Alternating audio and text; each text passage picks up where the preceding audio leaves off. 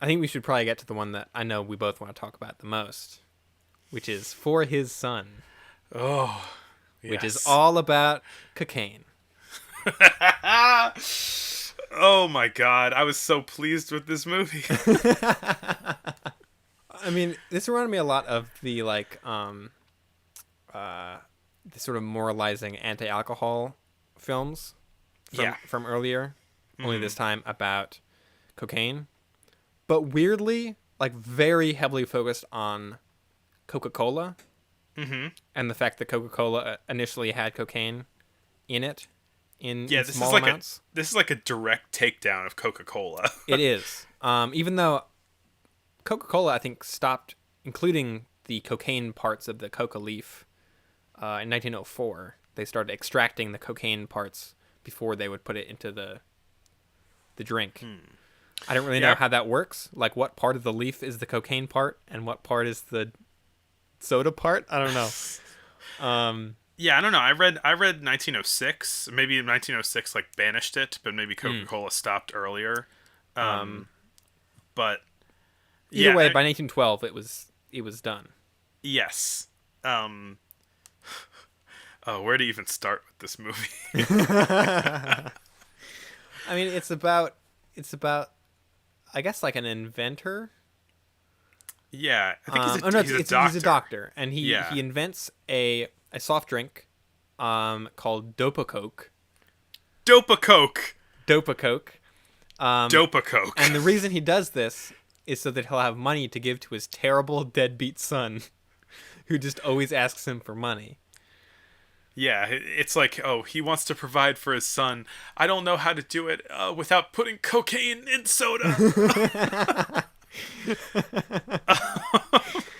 And then the son, of course, ends up becoming addicted to Dopacoke, drinking it in the soda saloons. I'm gonna keep saying it because I lost it. I lost it. Dopa-Coke. His I saw somebody talking about this movie and they were saying like I don't think he intended it to be funny, but it Oh so no, is. no! This whole movie is very funny, and none of it was intended to be. Yeah. I guess in a reefer madness sort of way. Yeah. Um. And yeah, I mean the son naturally then becomes a like crazed cocaine addict from drinking the soda, which I don't know if anyone actually became like an actual cocaine addict from drinking Coca-Cola. I kind of doubt it because I don't think there was very much of like the narcotic cocaine in Coca-Cola. I don't know. I mean, it might have contributed to the addictiveness. I mean, Hmm. and like this, like at least that's what the movie was asserting Yeah. because there's this whole, oh, Dopa-Coke selling so well, but there's this whole, I don't know, shadow over the whole thing because you know that it's for the wrong reason, and these Yeah. people are getting their fixes and going wild for all of the cocaine, and there's a scene at there are some scenes that they keep returning to at the Dopa-Coke like shipping factory where they're just sending out boxes and boxes of Dopa-Coke, and then you see It's these selling people like at hotcakes. you see these people at a soda jerk, and they're like, "Give me that Dopa-Coke, I need it," and it's a super popular place, and you see all of these people just in a frenzy over it. Apparently, at this time, people were like concerned about all sorts of additives to sodas, and like caffeine and cocaine were kind of like equally scorned by a lot of people. Uh, this is a drink being invented by a doctor, and so it's like, oh, is this guy Dr. Pepper? Um, but apparently Dr. Pepper was made in response to this because like Dr. Pepper's early selling point was doesn't have caffeine, doesn't have cocaine, doesn't have heroin or Really? iron. Yeah. Wow. Yeah. I was reading about like the invention of Coca-Cola, and I do think it's kind of amusing that this movie feels so akin to the sort of anti-alcohol films when Coca-Cola was initially marketed as a temperance drink, as this thing Ah. of like, hey, temperance is a whole thing.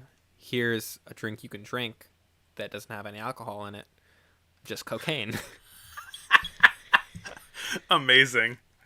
The son and the doctor's secretary both turn into these just frazzled junkies. Yeah, with like gray, like frizzy hair, Yeah. and like yeah, they age like 30 years overnight. And so he elopes with her. They start just living in a hovel, drinking tons of soda. Well, I think That's right. the intent yeah. is at that point they're actually like injecting cocaine into themselves. Yeah, I forgot about that. There's a point where he starts like kind of pointing to his arm, and he originally had a different fiance, and she finds a needle. Like he accidentally drops a hypodermic needle that he uses to inject the cocaine, and he's like, "Oh no, I put it in my arm. See, you should try it." And then she's too freaked out. And yeah, I think he like swipes from his dad a big jar of cocaine that says poison cocaine. on it. Yeah, it says poison, cocaine. When he's in this hovel with the secretary that he has eloped with, there's a point where he just kind of has a heart attack and spontaneously dies of cocaine, and and his dad finds his body and cries, and then the movie's over. Yeah. Well, and there are some, especially right at the end, there are some, I thought, hilariously sort of over explanation intertitles that are just like, this is what you're supposed, like, this is what is happening, and this is how you're supposed to feel about it. Like, just so blatantly on the nose. I don't remember exactly the wording of them, but they made me laugh. This movie's a lot of fun. It is, yeah. I do think, like, in comparison to the alcohol movies, I feel like it kind of does a better job portraying what the actual dangers of substance abuse are. Because I feel like in the alcohol movies, they would usually, I don't know, I feel like they didn't do a great job of actually selling like the parts of alcoholism that are actually scary. Whereas this movie is actually like, cocaine is super addictive and will kill you if you do too much of it. It's like, yeah, okay, that does track. Yeah, and like the acting too, they get all like fidgety and they start sniffing a bunch, you know. So the acting was pretty good.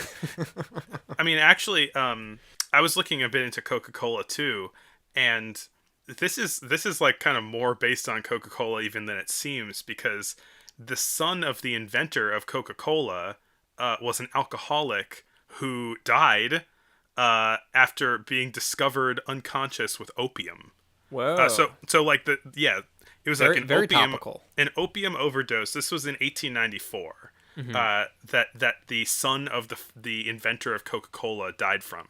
So this is really just the Coca-Cola story, but swap it out a little bit. For double. Yeah.